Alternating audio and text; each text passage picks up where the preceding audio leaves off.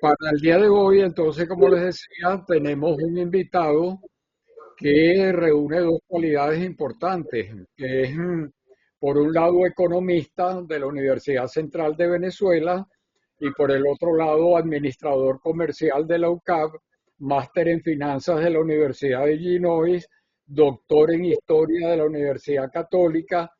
Entonces ya esa combinación es bien interesante.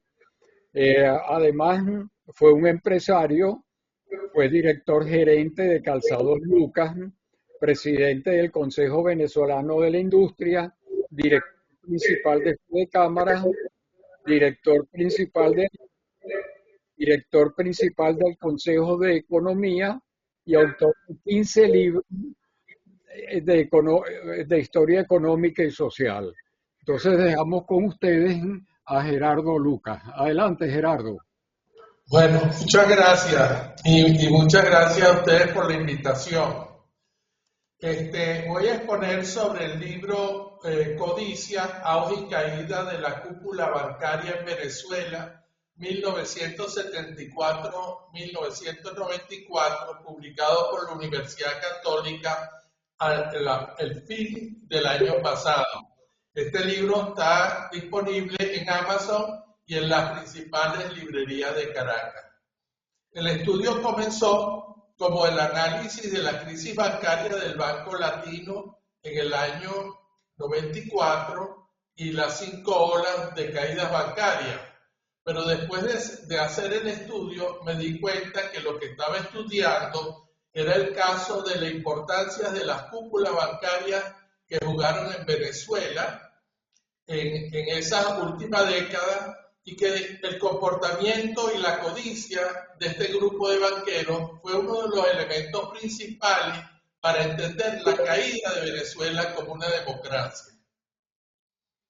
Esta visión yo creo que poca gente la tiene, poca gente la entiende y bueno, yo he llegado ahí después de muchos años de estudio de esta temática. Cuando hablamos de cúpula bancaria, en Venezuela había dos grupos que se fueron constituyendo en el tiempo.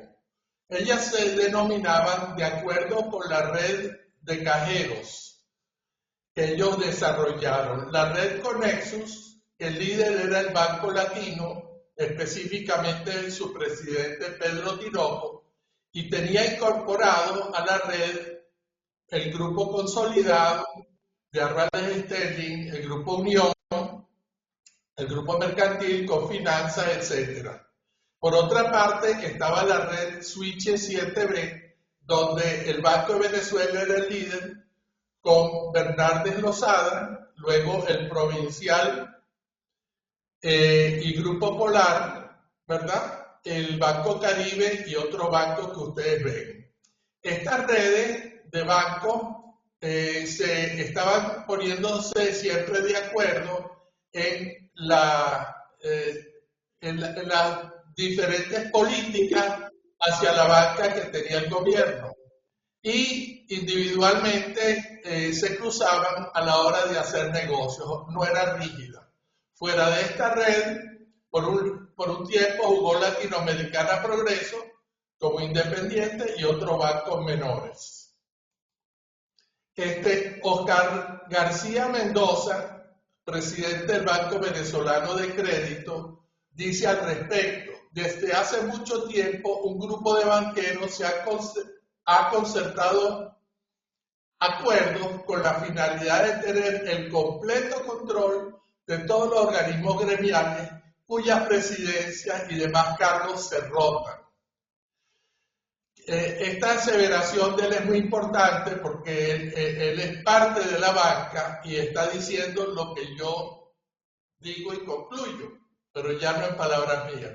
A partir del año 89, con el segundo gobierno en CAP, se constituye un comité de concertación del sistema financiero cuyos cometidos primordiales fueron la coordinación entre la banca y el gobierno. En ese momento, Pedro Tinoco era presidente del Banco Central y estaba en el gobierno y liderizaba la cúpula bancaria en todo lo relacionado a la reforma financiera. Lo que ellos estaban buscando principalmente eran dos cosas. Una, que la ley de bancos nueva no fuera aprobada, porque la existente les permitía a ellos hacer todo tipo de cuestiones que es ilícitas en otros países y no en Venezuela. Y también evitar de que la banca extranjera llegara al país. Sin excepción, todos pertenecieron al lobby bancario, cuyo éxito, debemos reconocerlo, fue total, aunque las consecuencias las estamos sufriendo todos. Esto lo dice Oscar García Mendoza. Ellos tenían directores principales en el Banco Central, siempre lo tuvieron, no solamente el director principal correspondiente a la banca, sino también el de Fedecámaras, porque Fedecámaras tenía un director principal. Pero generalmente el de Fedecámaras de alguna forma estaba relacionado a un grupo bancario, de forma que tenían un peso considerable formalmente. En Fogade, que era para financiar los déficits bancarios, tenían también directores. En el Consejo Bancario Nacional, por supuesto, en Fedecámaras y en el Consejo de Economía Nacional. Francisco Faraco, un economista, uno de los pocos economistas y especialistas en bancos, que se mantuvo independiente durante toda su gestión, escribió un libro, Poderosos Caballeros, Don Dinero y los Banqueros. Él dice esto al respecto. Estamos hablando sobre la aprobación de la ley de bancos que estaba en curso y ellos lograron paralizarla. Desde el primer momento, el lobby bancario, y fíjense aquí dice el lobby bancario, se opuso al proyecto y la alquimia para convertirlo, la ley de banco, en un placebo perfectamente asimilable. Comenzó con la estructuración de la subcomisión parlamentaria que se dedicó al estudio. En ella participaban 10 senadores, de los cuales 4 tenían intereses en la banca, incluyendo el principal factor de una sociedad financiera intervenida en el año 83 y otro que era militante de alto nivel del movimiento empresarial. No es de extrañar que la ley aprobada en el 88 fuese una versión afeitada del proyecto original. ¿Qué quiero decir con esto? Y esto es sumamente importante. A través de las cúpulas y el lobby bancario, lograron que en Venezuela, lograron ellos escribir la ley de bancos en Venezuela, de forma que ninguna actividad que es ilícita, que es delito, fuera delito en Venezuela. De forma que ellos tenían una participación permanente y un control de la Comisión de Finanzas del Congreso. En ello, la legislación financiera pasaba por la Comisión de Finanzas, la ley del Banco Central, la ley de crédito público y el presupuesto nacional. En esta materia de crédito público lo manejaban ellos y el presupuesto nacional tenía que ver con las partidas de la construcción, lo que les interesaba. Y por otra parte, lograban en primer nivel en la superintendencia de bancos y en Fogade y en el Banco Central. De forma que su posición en la Comisión de Finanzas era determinante en las leyes que se aprobaban, en los presupuestos y en la asignación de funcionarios. Para que hubiera la caída bancaria del año 74, el Banco Latino y todo lo que siguió, se confluyeron una serie de elementos que voy a tomar un pequeño momento para explicarlos, ¿verdad? Cada uno de estos se explica en un capítulo en el libro, pero quiero darles una idea de cómo fue que se produjo la caída de la banca en Venezuela. Primero, existía desde el primer gobierno de Carlos Andrés un déficit fiscal crónico. Después de que Carlos Andrés triplicó el ingreso cuando la guerra del Yom Kippur, se gastó todo el dinero y dejó el país endeudado. Segundo, esto produjo una inflación de 2 dígitos a partir de Luis Herrera, que se mantuvo hasta el día de hoy. aumentaron los dígitos. En el año 90, al entrar Pedro Tinoco al Banco Central, libera la tasa de intereses en un acto ilegal y crea un instrumento que no tenía intereses, pero se llaman bonos cero cupón. O sea, formalmente no tenían intereses, pero se vendían con descuento. Y estos instrumentos fue un instrumento muy importante. Yo lo combatí mucho cuando estuve como director de Fede Cámara en la prensa y tuve una reunión personal con Pedro Tinoco en casa de Adán Celi y lo confronté sobre el asunto y el hombre no dio ninguna respuesta. Repetía, el mercado de la oferta y la demanda. Resulta que la oferta y la demanda eran los dos grupos que hemos hablado, las dos cúpulas. Entonces, el cero cupón fue un instrumento que sacaba dinero del Banco Central y se lo transmitía a la banca. Esto tuvo graves efectos, porque a la banca enviciarse comprando bonos cero cupón con los depósitos del público dejó de dar préstamos. Era más fácil ganar dinero con cero cupón que darlo en préstamos. Y en ese periodo de Pedro Tinoco y en el que siguió de Ruth Triboy, se redujo a la mitad los créditos a la industria, a la mitad. Las tasas de intereses posteriormente subieron en ese mercado donde la banca definía los intereses y el Banco Latino fue el líder en los intereses más altos que pagaban. Llegaron las tasas de interés pasivas hasta el 67% en diciembre del 93. Ahí cunde la desconfianza en el sistema y aumenta la salida de capitales que era crónica. Este es el elemento macroeconómico de la crisis bancaria. Por otra parte, la debilidad de los bancos. Pequeños grupos dominaban las directivas de los bancos. Tinoco lo consigue con el 51% en un grupo que hace y no podían entrar a la directiva individuos que tenían hasta el 20% de las acciones de la compañía, como resultó con el tigre, me olvido del nombre de Maracucho, que quería entrar en el banco consolidado, no le permitieron, y lo mismo pasó después en el caso del Banco Venezuela. O sea, pequeños grupos controlaban el capital del banco y el negocio bancario. El negocio bancario nunca fue negocio, el negocio era manejar el dinero del público y los préstamos. Por eso había una baja capitalización bancaria, no estaban interesados en invertir en ello. El problema principal de los bancos en Venezuela fueron los préstamos a directores relacionados y préstamos cruzados que se daban entre los bancos.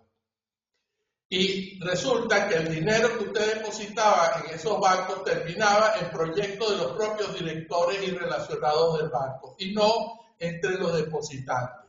La superintendencia de bancos fue complaciente, ese es un nombre que le han dado, pero la superintendencia, el Comisión de Finanzas del Congreso, no le daba presupuesto, no tenía personal, y la ley bancaria la escribieron de forma que la superintendencia no tuviera elementos de competencia.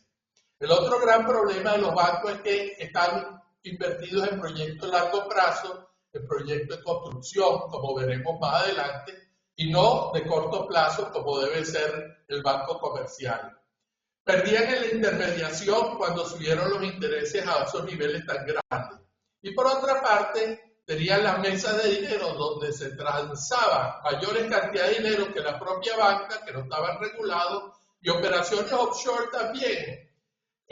Lo vamos a ver en el caso del Banco Latino. El mercado bancario estaba protegido de la inversión extranjera. En lo concreto, la crisis se forma por varios elementos. Primero, los partidos políticos estaban mediatizados. El control de los partidos políticos y de los presidentes de Venezuela estuvo bajo la égida de estos dos grupos bancarios. No tenían independencia los presidentes. Si ustedes se recuerdan de Jaime Lucinchi, sabían que el secretario de él era Carmelo Lauría, el uña y carne de Pedro Tinoco. Él es el hombre que mandaba ahí. en todo eso de la asignación de los dólares de Recadi. Él estaba al pie del cañón. Otro fenómeno que sucedió y que fue previo a la caída de la banca fue la toma del Banco Venezuela. Tengo un video que espero que la semana que viene esté en YouTube de 8 minutos sobre la toma del Banco Venezuela, donde Orlando Castro y Álvarez Stelling intentan tomar el control del banco y lo toman. Pero esa lucha entre los dos hizo que los dos grupos bancarios importantes entraran en conflicto, cuando antes estaban armonizados y se rotaban las directivas en las posiciones de los organismos gremiales. Entonces, la crisis del Banco de Venezuela, la toma del Banco de Venezuela por Álvarez Stelling, que concluye a su favor en el 93, fue un detonante de la crisis bancaria porque debilitó una gran cantidad de bancos esa toma. Los golpes de Estado del 92 de Chávez debilitaron enormemente al gobierno de Pérez. Pérez se quedó sin aliados y quedó expuesto. En ese momento tiene que salir de Pedro Tinoco el Banco Central. Pero quiero decirles que mi próximo libro, será sobre la relación de Rafael Caldera y Hugo Chávez Frías, antes y después de los golpes de Estado. Antes y después. Y las consecuencias que tuvo. Y solamente le digo una cosa. Sin un acuerdo con los militares para liberarlos sin penas y capacidad de acción política, Rafael Caldera no hubiera sido presidente de Venezuela. Ahí hubo un acuerdo que el propio Caldera admite. Las elecciones del 93 se presentan, entonces hay una gran efervescencia, hay una gran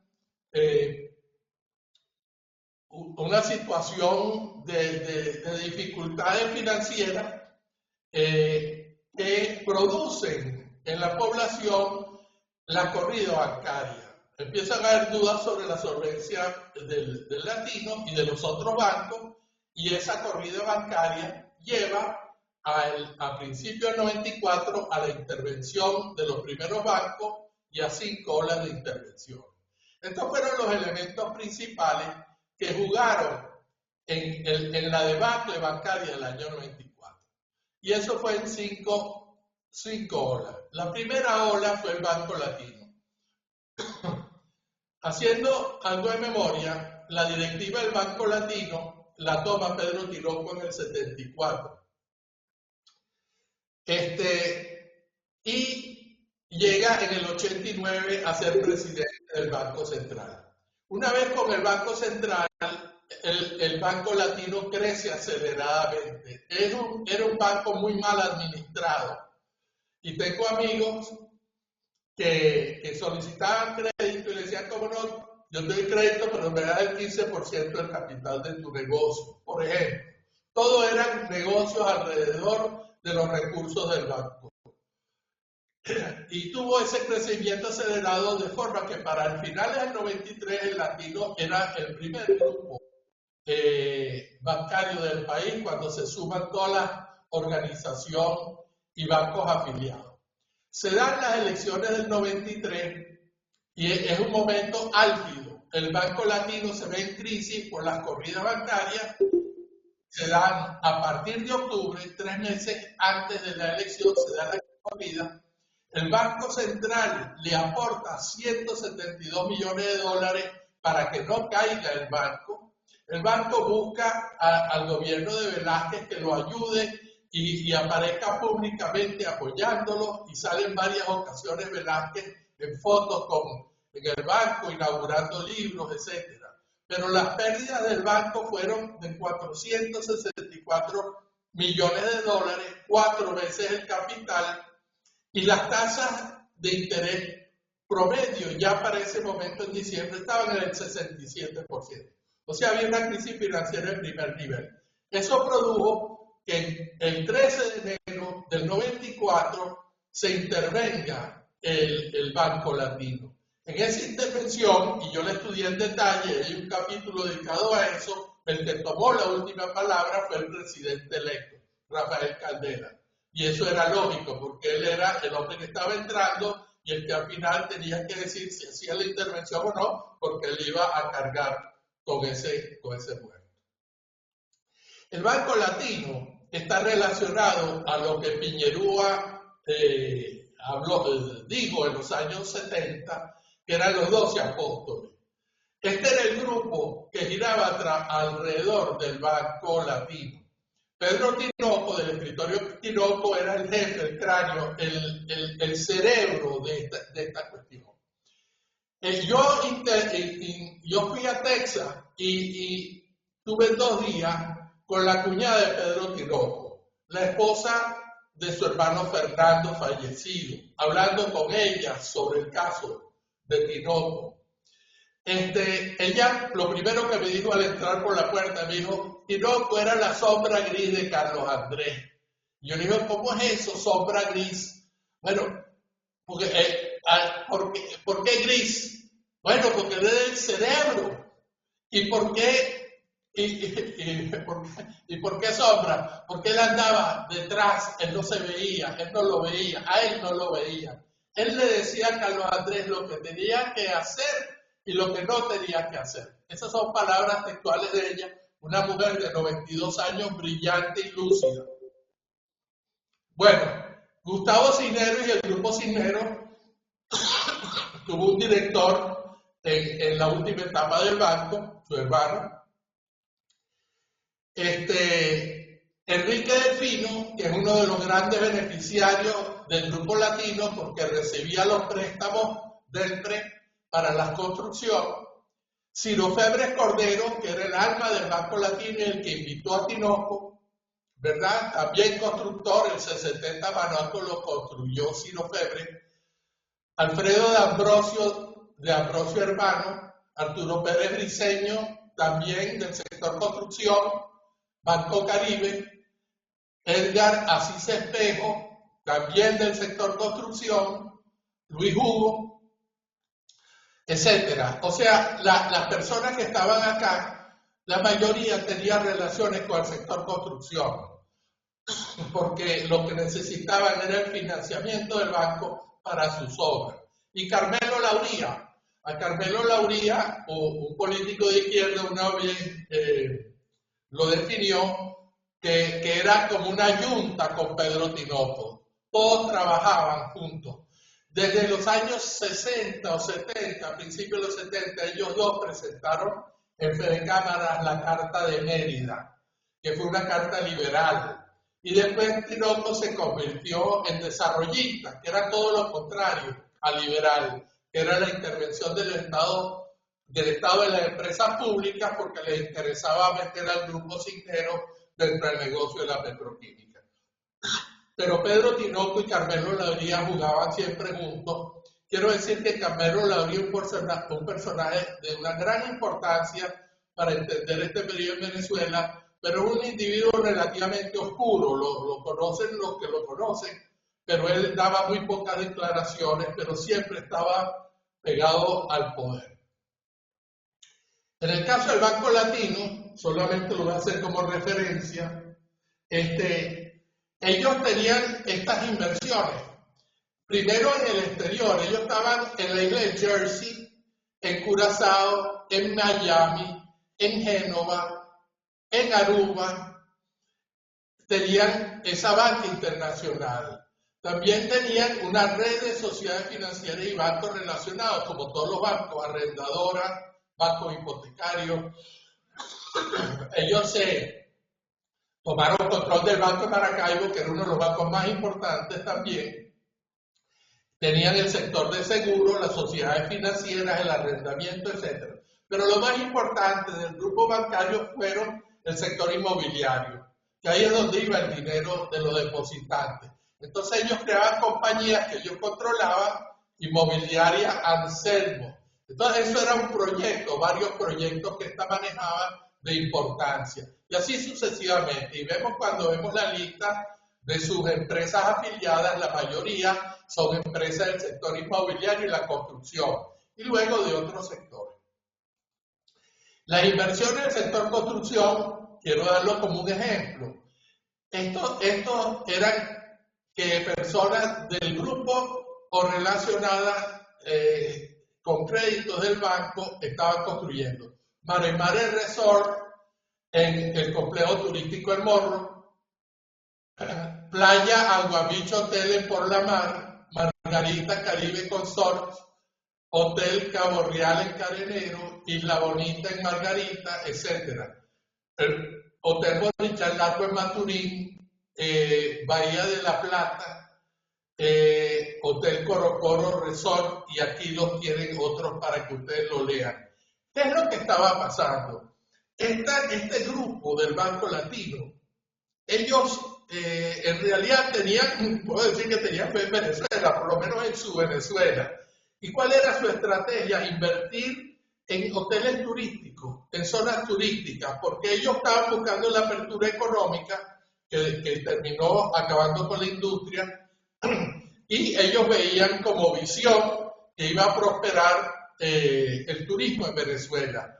Pero quiero decir que ellos financiaron todos estos hoteles que eran de su propiedad. También tenían inversiones en la prensa negra de Venezuela, como el Reporte de la Economía, y en un grupo muy importante que es Agrícola La Castellana. Agrícola La Castellana, que estaba dirigida por el hijo de Carmelo Lauría, estaba haciendo una construcción de una empresa similar al Grupo Polar. Estaban replicando al Grupo Polar con Agrícola La Castellana, financiada por el Banco Latino. Bueno, dejemos el latino por el momento y viene una segunda ola de caídas bancarias que comienza con el Banco de Maracaibo, que estaba relacionado con el latino, el Banco Metropolitano, el Banco Construcción de los Dimase, La Guaira del Grupo Mendoza, Bancor, Barinas, Amazon y Fibeca. Este fue el segundo conjunto de bancos que trataron de auxiliarlos, los auxiliaron a todos. Estas son las cifras de los auxilios de FOGADE que recibieron todos esos bancos. O sea, no es que lo dejaron caer, trataron de ayudar de que no cayeran, pero al final cayeron.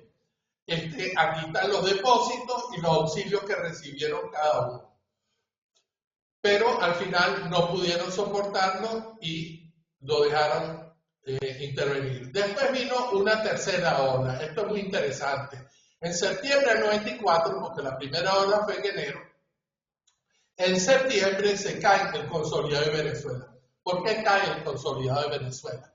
Álvarez Stelling adquiere el Banco de Venezuela, pero él tiene que comprar las acciones primero a 600 bolívares la acción y termina comprándolas a 4.700, como 7 veces, 6 por 7, 7 veces el valor inicial de la acción. De forma que él tuvo que endeudarse e invirtió un gran capital en la adquisición del Banco de Venezuela, porque ya era un problema de él de honor.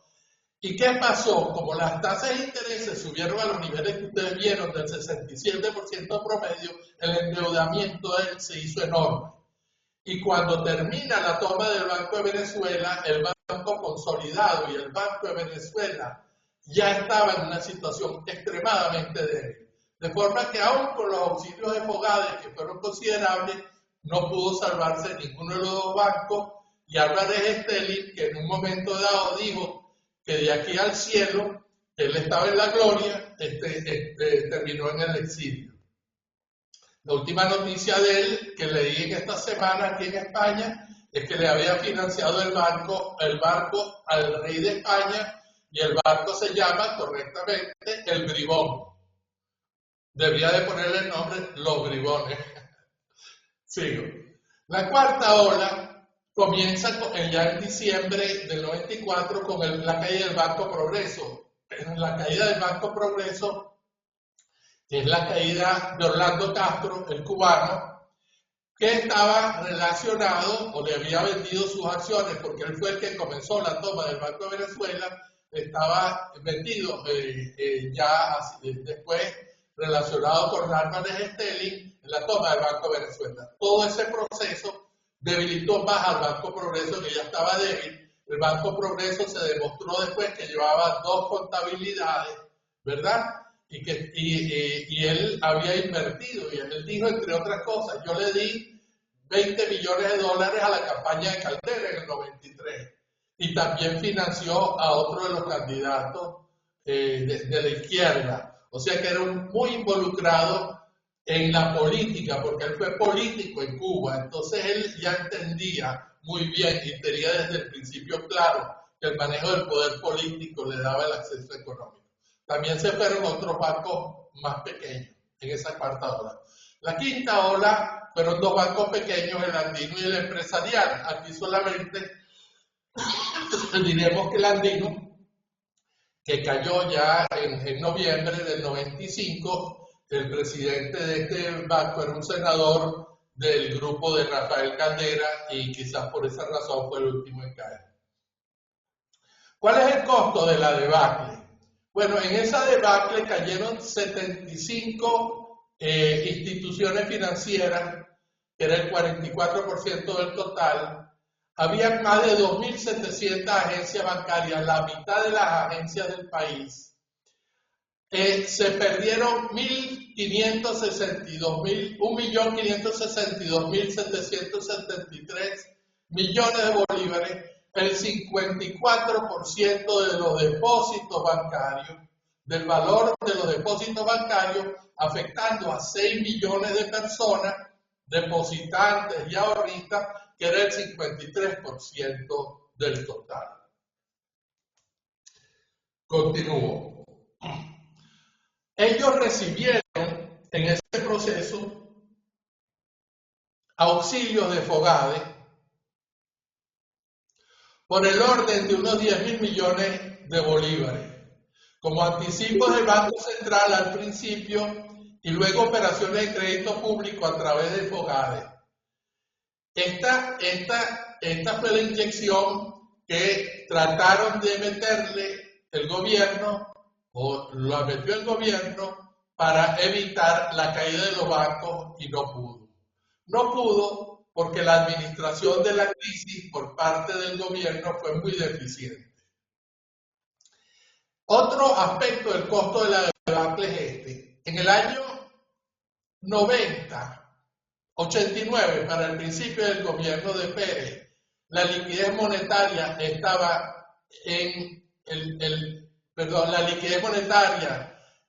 estaba en 461 mil millones de bolívares X. Eso terminó en 2.500 al estarse terminando. O sea, 7 veces se multiplicó el circulante en Venezuela por la creación de dinero inorgánico. Eso no fue dinero creado por la prosperidad y el trabajo. Fue una inflación monetaria que sucedió en el país.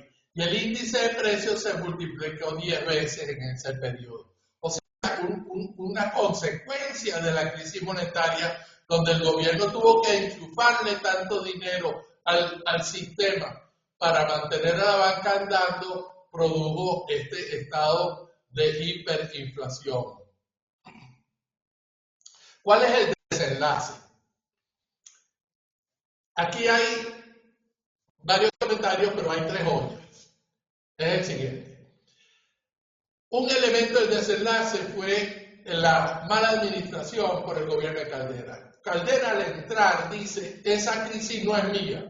Se desentendió de la crisis, no dio la cara hacia el público. Eso Ruth Criboy la dejó en un estado de shock cuando escuchó las primeras, que era presidente del Banco Central, cuando escuchó las aseveraciones de Caldera. Luego, el ministro Sosa Rodríguez, que era el ministro de Hacienda, no toma, y era presidente del Banco Orinoco, o sea que él era parte de la banca. Pero él no toma la crisis personalmente y no la enfrenta, sino que que se la asignan a Gustavo Rosen. Gustavo Rosen es el que nombran director o un nombramiento de la reforma financiera. Y Gustavo Rosen entra a ser interventor del Latino primero. Y después que es el hombre fuerte de las finanzas del gobierno. Y él viene del Grupo Polar. Gustavo Rosen, entonces, el sector bancario opositor lo ve como una venganza de Caldera y efectivamente demanda a Gustavo Rosen a los directores de Latino en Estados Unidos, ¿verdad? Pero el problema no era eso, sino que sencillamente hicieron una intervención a puertas cerradas que resultó contraproducente, cambiaban constantemente a los presidentes de esas interventoras y crearon una gran confusión, de forma que al manejar mal la crisis la empeoraron. Hubo un informe de la comisión parlamentaria que en mi libro está expuesta ahí, donde se ven todas las vagabunderías, los delitos que cometieron los directores de estos bancos, que no eran delitos en Venezuela, porque ellos escribieron la ley para que nada de lo que ellos hacían fuera delito. Pero ahí se veía y consta, entre otras cosas, algo muy importante. El Banco Latino solamente le dio tarjetas de crédito a 36 diputados y senadores del Congreso. Cuenta abierta. ¿Qué quiere decir eso? Y eso es un ejemplo de que ellos tenían bajo su control al sector político. No solamente ahí, sino que aparecen créditos a las campañas de Caldera anteriores que todavía no habían sido pagadas a estas alturas, y créditos a Acción Democrática, y créditos a empresas que crearon Acción Democrática y COPEI para tomar dinero. De forma que el dinero del público lo utilizaron para financiar a los políticos y las campañas políticas, pero ellos bajo control de ellos. Pero no pusieron su dinero, igual que no pusieron su dinero como capital de la banca. No ponían su dinero a los políticos, no era de ellos. Ellos lo que le daban eran créditos bancarios que no pagaban. Eso es muy importante porque hay que entender fundamentalmente que Acción Democrática y COPEI estaban bajo control de las cúpulas bancarias durante muchos años. Y esto es lo que al final terminó transparentando al público el nivel de corrupción y decepción con el sistema político. Pero aquí le dejo las tres joyas. Primero, la Ley Especial de Protección de Depósitos Bancarios. Gustavo Rosen crea esta ley y la pasa por el Congreso. ¿Qué dice esta ley?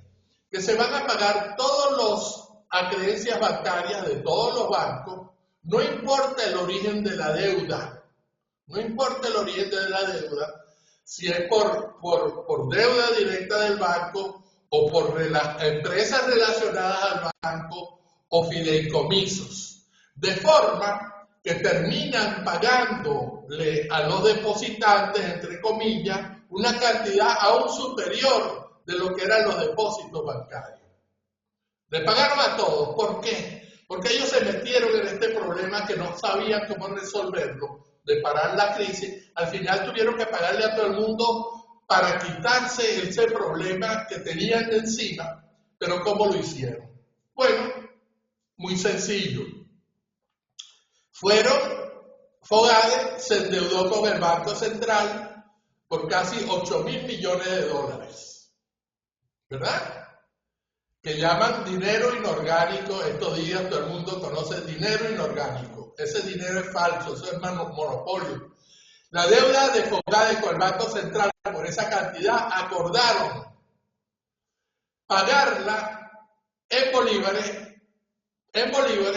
al 3% de interés a 20 años. ¿Qué quiere decir eso? Que el Banco Central financió la debacle bancaria enteramente con dinero inorgánico que generó en base a papeles del gobierno que iba a pagar al 3% de interés y a 20 años. O sea, en castellano no lo iba a pagar. Eso, nadie se entera de eso. Nadie conoce de eso, nadie se preocupa de eso. Eso fue lo que pasó. Por eso es que ustedes vieron que el circulante monetario aumentó, no sé, 10, 20 veces. La otra joya, esta se la dejamos a la Quinta República, es que durante el periodo de Chávez se aprueba la reforma del Código Orgánico Procesal Penal.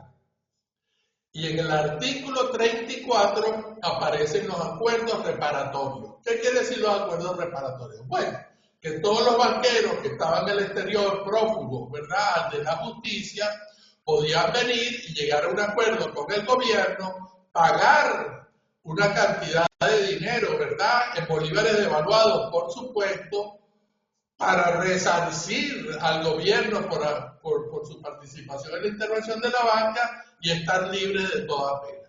De forma que al final no hubo culpables, no hubo personas sancionadas, aunque hay que admitir que en todo este fenómeno hubo más de 200 y pico banqueros en el exterior y bueno, y muchos de ellos con sus dólares, por supuesto, que lograron sacar durante este enredo o desenredo de la crisis bancaria. Entonces, aquí hay tres cosas muy importantes.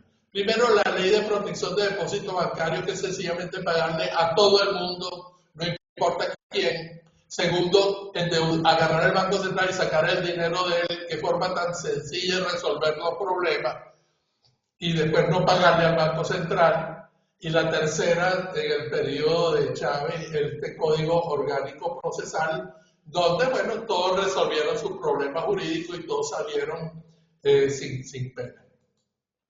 Bueno, muchas gracias y nada, espero sus preguntas. Bueno, gracias a ti. Este, bueno, muchísimas gracias, Gerardo. Es interesante esa investigación histórica que tú has hecho. Vamos a ver qué opina todo el público nuestro sobre lo que tú has dicho. Hay varias preguntas. La primera es, ¿esos bancos no invirtieron en otros sectores, agricultura, industria, servicios petroleros, etcétera? Bueno, no quiere decir que no haya invertido, por supuesto, que la cartera bancaria iba a ser más amplia, pero lo concentrado, lo sustancial, fue en el sector de la construcción y turismo, porque los dueños de esos bancos eh, estaban dedicados a la construcción, sobre todo de obra pública. Ok. La segunda pregunta que hay es, ¿cuál es la posibilidad de que en este momento se esté fomentando el mismo proceso? Bueno, ninguna, porque no hay banca. El monto de los créditos de la banca venezolana equivalen a la mitad de los créditos de la banca nicaragüense. ¿Entendieron? No Sí, existen. Y no existen créditos porque no existen depósitos. Entonces, si el banco no tiene depositantes, pues no puede tener ahorristas. De forma que no se puede dar ninguna crisis. Además, en la Bolsa de Valores de Caracas, el Banco de Venezuela, que es público, genera casi 50% de la capitalización accionaria de la bolsa. O sea que hay unos bancos públicos grandes, unos bancos privados pequeños y sin capacidad de crédito. ok. Te preguntan, ¿qué pasó con el Banco Bolívar? Mira, no, eso fue después. Han habido otros casos, ¿no? De bancos, varios casos, pues, sonados, pero no los he seguido, eso no lo he estudiado. Ok. Bueno, mira, con esto finalizan las preguntas que están en el chat. Vamos a abrir ahorita el derecho de palabra. Ya no hagan preguntas por el chat, sino que pidan la palabra. Y se les recuerda que es por un minuto nada más. Jorge, adelante, Jorge Sajía. Buenos días. Oye, bien bueno esta historia, ¿no? Ya sabemos en dónde está el origen de todo esto que estamos viendo ahorita. Y yo nada más no quiero hacer una pregunta, sino hacer dos comentarios. O sea, yo fui víctima de eso que dijiste, de los intereses que cobraban los gerentes cuando te iban a dar un préstamo en el Banco Latino.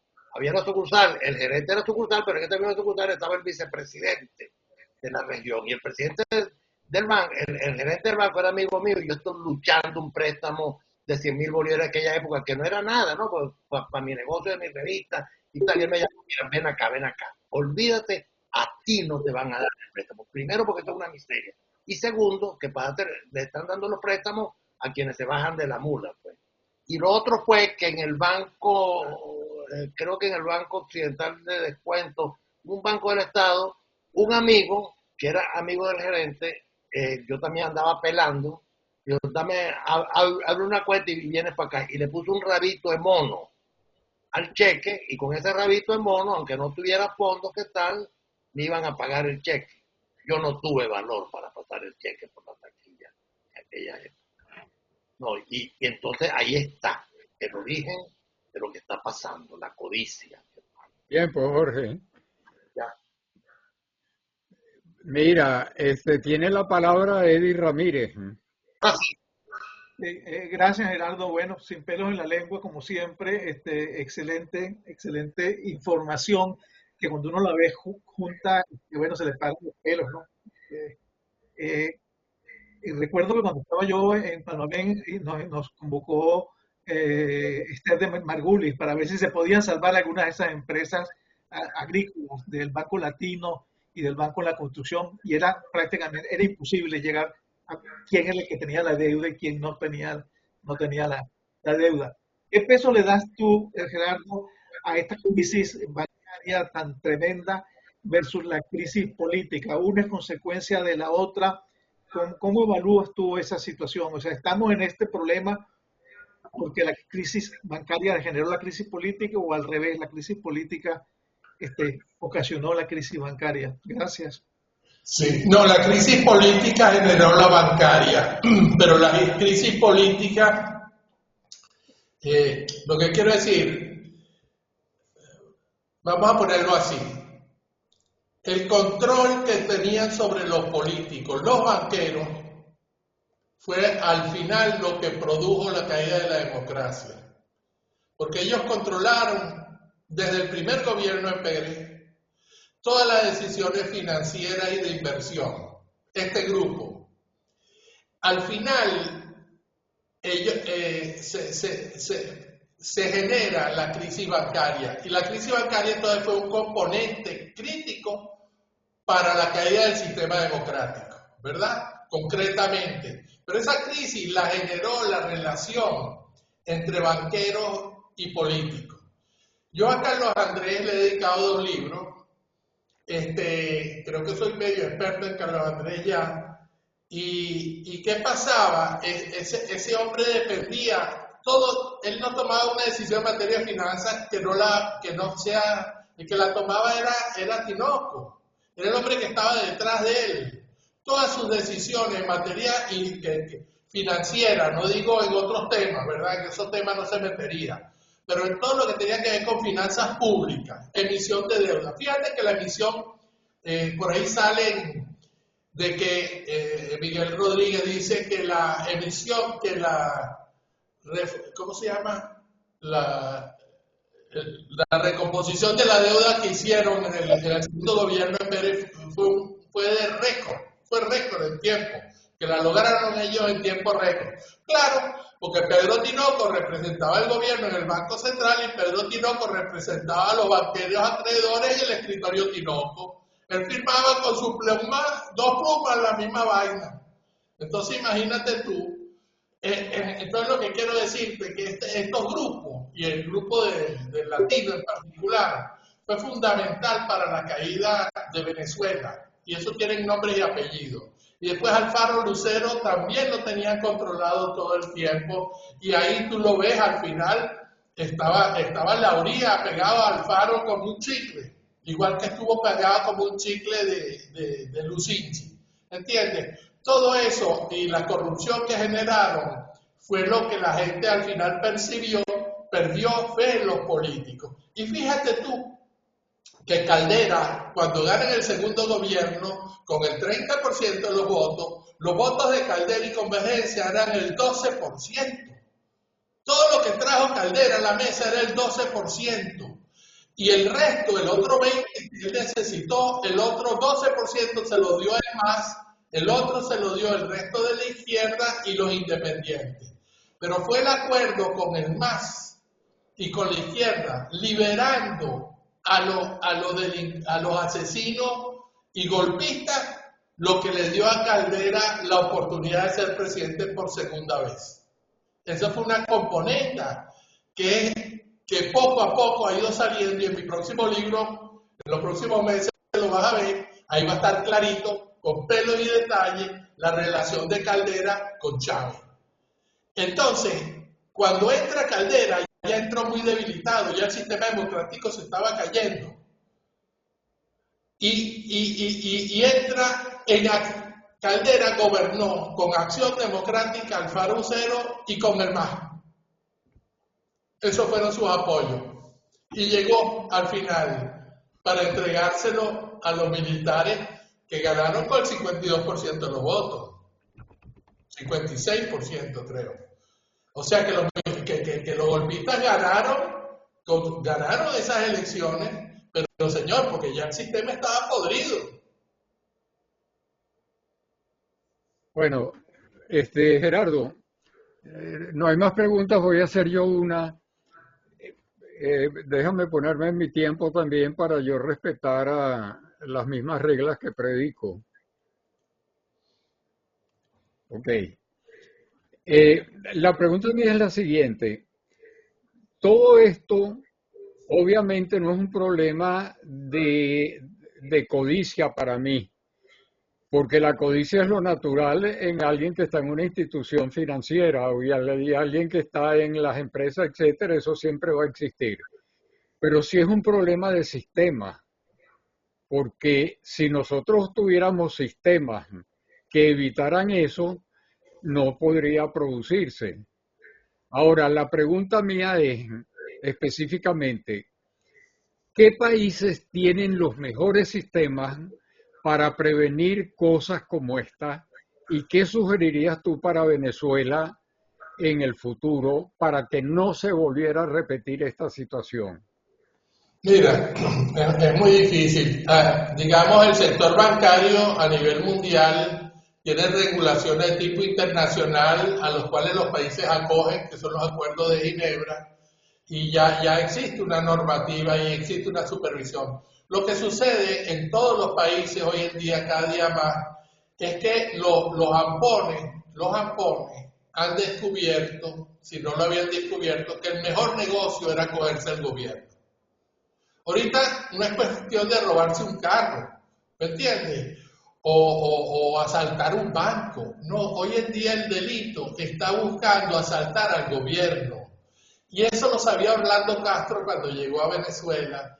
Eso lo sabía Pedro Tinoco. Y no voy a hablar de otros casos contemporáneos que estamos viendo. Entonces, ¿qué es lo que sucede? ¿Cómo puedes tú mantener, o sea, una institucionalidad bien elaborada y pensada soporta esto, pero para eso necesitas leyes, ¿verdad? Y si esas leyes la manipulan los que están interesados en la manipulación de la ley, está frito. Porque en Estados Unidos dicen, you have to be a law-abiding citizen. O sea, hay que acogerse a la ley. Pero entonces yo les pregunto, ¿y quién escribió la ley? ¿Quién escribió la ley? Cada ley tiene unos autores que están interesados de una forma u otra, con buenos o malos propósitos. Pero las leyes, y por eso yo a la historia, la metodología de la historia me interesa, porque muchos de los historiadores lo que hacen es describir los elementos, pero no describen qué hay detrás. ¿Quién es el interesado? ¿Quién es el ganador? ¿Quién es el perdedor de una ley? ¿Sí? Entonces, el problema está en todos los países. El tratar de evitar que los grupos corruptos que se disfrazan de políticos tengan el control del gobierno, una cosa muy difícil. Ok, tiene la palabra Eddie Ramírez. Perdón, Gerardo, si la pregunta no es específicamente relacionada a tu charla, pero ¿qué opinas tú de la presencia o ausencia del Banco Central y de las criptomonedas? El Banco Central. No Si entiendo. algunos opinan que deben desaparecer los bancos centrales, ¿qué piensas tú? Ah, Otro, bueno. Esa discusión se dio en Venezuela en los años 40, cuando fundan el Banco Central. Fue muy nutrida, porque entonces cada banco emitía su moneda, etcétera, etcétera, ¿no? Yo a las criptomonedas no soy amigo de las criptomonedas, porque están basadas solamente en la confianza que tú tengas en ellas, pero no tienen ningún fundamento económico de ningún tipo. Es o sea, es un procedimiento, se basa mucho para venderla en la parte técnica, ¿no? Del blockchain, pero el blockchain lo que es una compañía de contabilidad, no es más nada.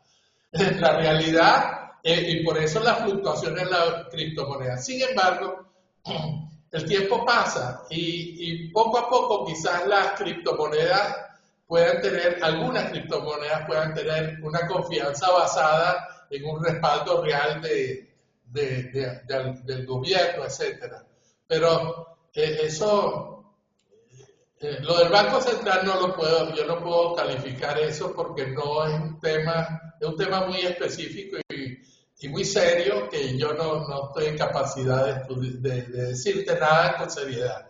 Y la criptomoneda, bueno, como te digo, yo no he sido aficionado, yo no pongo mi dinero ahí ni que me partan del brazo. Yo lo que estoy buscando, tú sabes que cuando uno llega a esta edad, lo fundamental no es ganar dinero en tus inversiones, es salvaguardarlas que no pierdan, porque el costo de perder es más grande que el placer de ganar. Así que si tú quieres suicidarte, métete en una criptomoneda. Ay, Dios. Bueno, bueno, Carlos, ya llegamos al final. Bueno, No hay más intervenciones, entonces podemos pasar a la sobremesa. cómo Bueno, no. gracias Gerardo por esta explicación. Yo fui víctima de esta crisis latino y Banco La Guaira. Por aquí tengo un cuadrito en mi casa que es lo único que me quedó de mi inversión en el latino. Un cuadrito. Bueno, Pero gracias, realmente es interesante. Realmente lo que preocupa realmente es en un futuro, porque esos actores siguen por ahí, ¿no? Disfrazados de otra forma, ¿no? En un futuro, en una transición, vamos a decir, ¿qué va a pasar? Vamos a volver a lo mismo.